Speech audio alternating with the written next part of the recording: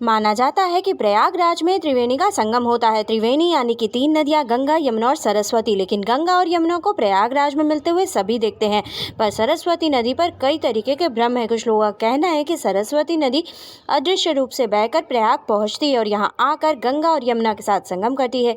कुछ लोगों का ये भी कहना है कि सरस्वती नदी का कहीं कोई भी वजूद नहीं है और यह केवल एक माइथोलॉजिकल कॉन्सेप्ट है। आखिर क्या है इस रहस्यमयी नदी की सच्चाई? हेलो एवरीवन, मैं आकृति अग्रवाल आज आपके सामने एक नया वीडियो लेकर उपस्थित। तो अपने आज के वीडियो में हम बात करेंगे सरस्वती नदी के बारे में और साथ ही जानेंगे कि कैसे एक विशाल नदी विलुप्त हो गई। तो चलिए बिना देर किए वीडियो को शुरू करते हैं और जानते हैं इस बारे में डिटेल में। कहते हैं इतिहास रोज नहीं लिखे जाते, लेकिन इतिहास किसी भी कहानी का वो हिस्सा होते हैं जिन्हें भुलाया भी नहीं जा सकता, इसलिए समय के साथ इन्हें सहेजना जरूरी हो जाता है। भारत के समृद्ध इतिहास की खोज में आज हम आपको लेकर चलेंगे एक नदी की तलाश में जो कभी भारत की संस्कृति का अभिन्न अंग हुआ करती थी। जिस नदी के किनारे विश्व के सबसे प्राचीन वेदों की रचना की गई, जिस नदी के किनारे महाभारत का युद्ध लड़ा गया, जिस नदी ने एक सभ्यता को जन्म दिया जो गंगा और यमुना से भी पवित्र मानी जाती है। लेकिन जिस नदी के इतिहास में इतने निशान मिलते हैं, आज उस नदी का नाम और निशान आखिर क्यों नहीं है? आपको बता दें कि इस नदी को लेकर नासा के वैज्ञानिक की रिसर्च कहती है कि करीब 2000 साल पहले इस इलाके में एक ऐसा भीषण भूकंप आया जिसकी वजह से जमीन के नीचे के पहाड़ ऊपर उठ गए। इसी के बाद ही धरातल पर बहता पानी नीचे की ओर चला गया। लेकिन पौराणिक मान्यताएं इसकी कुछ और ही वजह बताती हैं। सरस्वती नदी गायब क्यों हो गई, इसको लेकर एक श्राप की बात भी कही जाती है।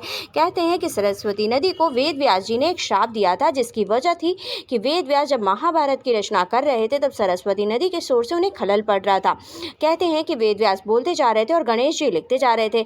गणेश जी जिस जगह पर बैठकर यह काम कर रहे थे वो आज गणेश गुफा के नाम से मौजूद है। बात तो यहाँ तक कही जाती है कि सरस्वती एक विशाल नदी थी जो पहाड़ों को तोड़ती हुई निकलती थी और मैदानों से होती हुई समुद्र में जाकर मिल जाती थी। इसका वर्णन ऋग्वेद में बार बार आता है। सरस्वती आज की गंगा की तरह सबसे विशाल नदियों में से एक मानी जाती है। सरस्वती नदी पौराणिक धर्म ग्रंथों और ऋग्वेद में बताई जाने वाली मुख्य नदियों में से एक थी। ऋग्वेद में सरस्वती नदी को यमुना के ईस्ट और सतलुज के वेस्ट में बहते हुए बताया गया है। और भी कई ग्रंथ जैसे तांड्या और जैमिनिया ब्राह्मणीज में सरस्वती नदी को रेगिस्तान की तरह सूखा हुआ बताया गया है। वहीं दूसरी तरफ महाभारत में भी सरस्वती नदी के विनाशन नाम की जगह पर गायब जाने की बात कही गई है। ऋग्वेद की ही तरह दूसरे पौराणिक ग्रंथों में भी दिए गए सरस्वती नदी के वर्णन के आधार पर कई जूलॉजिस्ट मानते हैं कि हरियाणा से राजस्थान में होकर बहने वाली मौजूदा सूखी हुई घग्गर काकरा नदी ही सरस्वती नदी का एक रूप थी, जो 5000 से 3000 बीसी में बहा करती थी। उस समय सतलुज और यमुना की कुछ धाराएं सरस्वती नदी में आकर मिल गई थी। वैदिक और महाभारत कालीन वर्णन के अनुसार इस नदी के किनारे ब्रह्मवर्त था, कुरुक्षेत्र था, लेकिन आज वहाँ तालाब मौजूद है। जब कोई नदी सूखती है तो वहाँ तालाब या झीलें ही रह जाती हैं और ये तालाब और झीलें हाफ मून की शक्ल में पाई जाती हैं। ऋग्वेद में यह भी बताया गया कि सरस्वती नदी ही सबसे बड़ी और मुख्य नदी हुआ करती थी। सरस्वती एक विशाल नदी थी जो पहाड़ों को तोड़कर निकलती थी और मैदानों से होती हुई समुद्र में जाकर मिल जाती थी। इसका वर्णन ऋग्वेद में बार बार आता है। महाभारत काल में यह नदी बहुत सूख चुकी थी, तब सरस्वती नदी में पानी भी कम हुआ करता था, लेकिन बरसात के मौसम में इसमें पानी आ जाया करता था। एक कहानी तो यह भी कही जाती है कि जूलॉजिकल चेंजेस की वजह से सरस्वती नदी का पानी गंगा में चला गया और कई विद्वान भी मानते हैं कि इसी वजह से गंगा के पानी में भी पवित्रता पैदा हो गई। भूचाल आने के कारण जब जमीन ऊपर उठी तो सरस्वती नदी का पानी यमुना में भी गिर गया और यमुना में सरस्वती नदी का पानी बहने लगा। सिर्फ इसीलिए प्रयाग में 3 नदियों का संगम माना जाता है, जबकि असल में वहाँ 3 नदियों का संगम है ही नहीं। वहाँ केवल 2 ही नदियाँ हैं। सरस्वती तो इलाहाबाद तक पहुँची ही नहीं। दूसरी तरफ कई लोगों का यह भी कहना है कि हरियाणा, पंजाब और राजस्थान से होती हुई धरती के नीचे से यह आज भी बहती होगी। इसरो के वैज्ञानिक A.K. गुप्ता का कहना है कि थार के रेगिस्तान में पानी का कोई भी स्रोत नहीं है, लेकिन यहाँ पर कुछ स्थानों पर ताजे पानी के स्रोत मिले हैं। जैसलमेर जिले में जहाँ बहुत कम बरसात होती है वहाँ 50 से 60 मीटर पर भूजल मौजूद है। इस इलाके में साल भर भीषण गर्मी पड़ने के बावजूद भी यहाँ के कुएं कभी भी सूखते नहीं हैं, जिसका अर्थ यही है कि यहाँ पहले कभी नदी हुआ करती थी, ये जो आज भी जमीन के अंदर बहती होगी। इस पानी के नमूने में ट्राइटियम की मात्रा नगण्य है। इसका मतलब है कि यह आधुनिक तरीके से रिचार्ज नहीं किया गया है। रेडियो कार्बन डेटा भी इस बात का संकेत देते हैं कि यहाँ कुछ हजार वर्ष पुराना भूजल मौजूद है। आश्चर्य की बात नहीं है कि ताजे पानी के ये भंडार सूखी तल वाली सरस्वती नदी के ऊपर हो सकते हैं, जिन इलाकों में सूखा होने के बावजूद भी भूजल की अत्यधिक मात्रा पाई जाती है।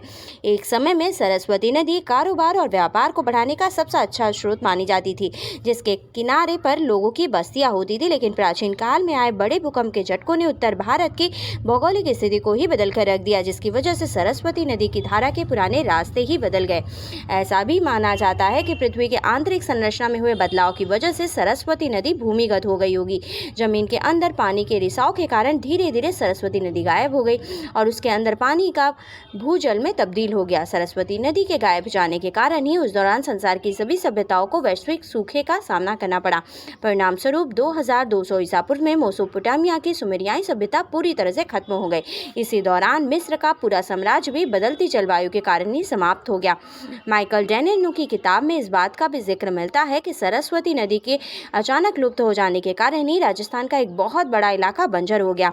प्राचीन भारत का नक्शा देखकर पता चलता है कि सरस्वती नदी का बहाव सिंधु नदी के रास्ते के आसपास ही था। ऐसे में केवल सिंधु नदी और उसकी सभ्यता ही नहीं बल्कि सरस्वती का इतिहास भी भारत में सबसे पुराना माना जाता है। हालांकि अपने प्रवाह के दौरान सरस्वती नदी कभी गंगा नदी से मिली या फिर नहीं, इस बात का कोई भी पुख्ता सबूत नहीं है, लेकिन वैदिक काल में दृष्टवती नाम की एक अन्य नदी का जिक्र भी मिलता है जो सरस्वती की सहायक नदी थी। कालांतर में भूकंप के भयानक झटकों की वजह से हरियाणा और राजस्थान की जमीन पर पहाड़ ऊपर उठ गए, जिस वजह से नदियों के बहाव की दिशा बदल गई। आज दृष्टवती नदी को ही यमुना के नाम से जाना जाता है, जिसका इतिहास 4000 साल पुराना है। भूकंप के कारण सरस्वती नदी के जल का कुछ हिस्सा यमुना में समाहित हो गया और साथ साथ बहने लगा, जिसकी वजह से प्रयाग में गंगा और यमुना के मिलन के साथ सरस्वती नदी के मिलन को ही त्रिवेणी संगम कहा जाता है।